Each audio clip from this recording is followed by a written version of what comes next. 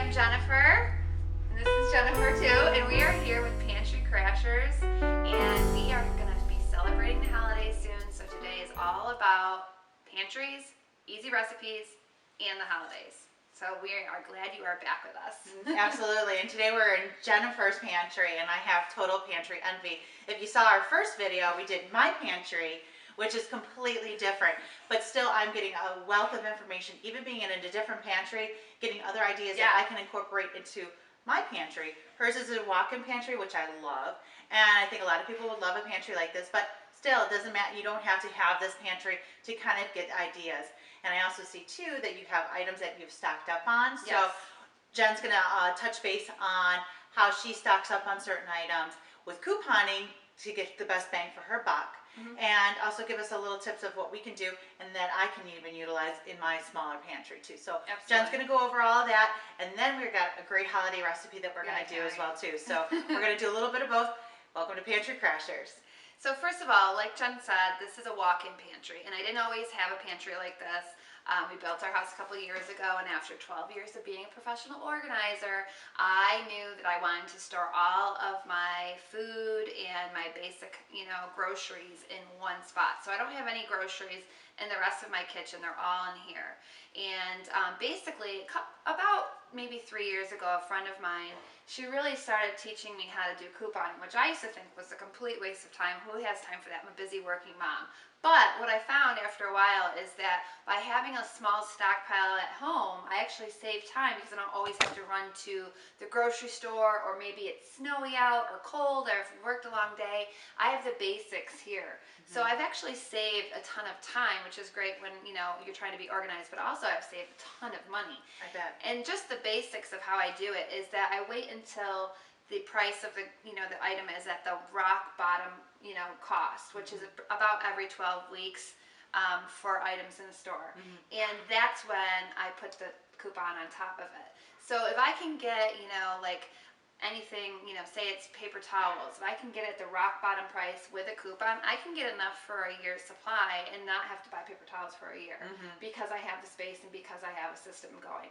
So it really works out nice. I never thought I would be a couponer ever, but now I have to admit I'm kind of addicted. It is kind of addicting, exactly, and it's kind of that rush when you're at the store too, and you have that coupon and you're like, wow, I'm really getting this cheap, and then you wish you had more coupons too. Oh, I hate that. Or when the kids say, can I have this? I'm like, we don't have a coupon this week, so no. Yeah, exactly, totally. So let's take a look in your pantry and see kind of what things you've done with that and how you've incorporated that in there. So let's take a look. Awesome.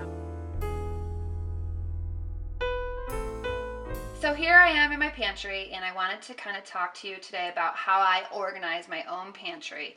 And basically we're going to go, kind of around the whole perimeter. So first of all, in this area, I think it's really important to always store your small items like cans and condiments, bottles and things like that, packets at eye level, because you can see what you have.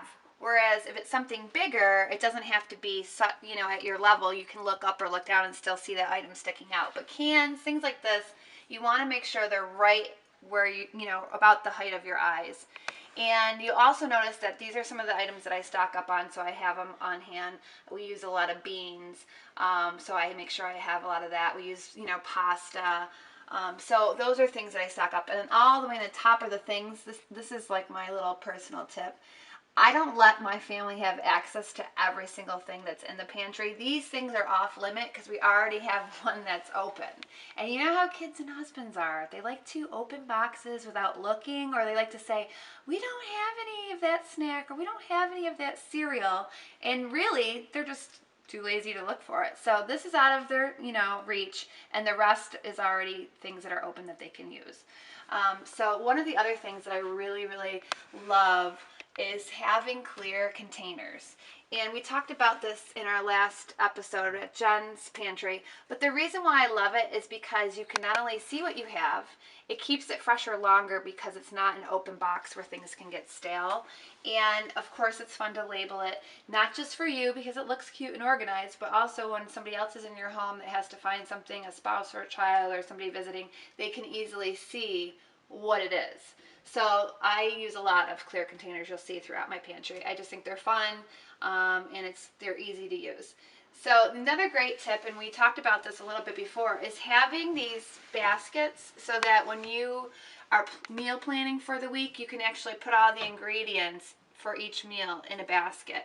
And actually what we're going to do very soon in Pantry Crashers is we're going to come up with some really cute recipe cards so you can just put them on a ring on the basket. And that way, if mom isn't cooking and dad wants to cook, he can just grab the recipe card, has all the ingredients, carry it out to the counter, and get to work. So mom can come home and put her feet up, right? What else do I have in my pantry? I love doing this. I tell all of my clients to do this too. These things right here, this shelf, is all things that my kids help themselves to on a regular basis. Stuff for breakfast, soup, peanut butter, crackers, stuff like that they are using a lot. I always make sure they're low. And then this is a basket that is filled with snacks that they can grab without having to ask permission. Just makes it simple. I just keep refilling it. And then this one's usually filled with either bags of chips or bread.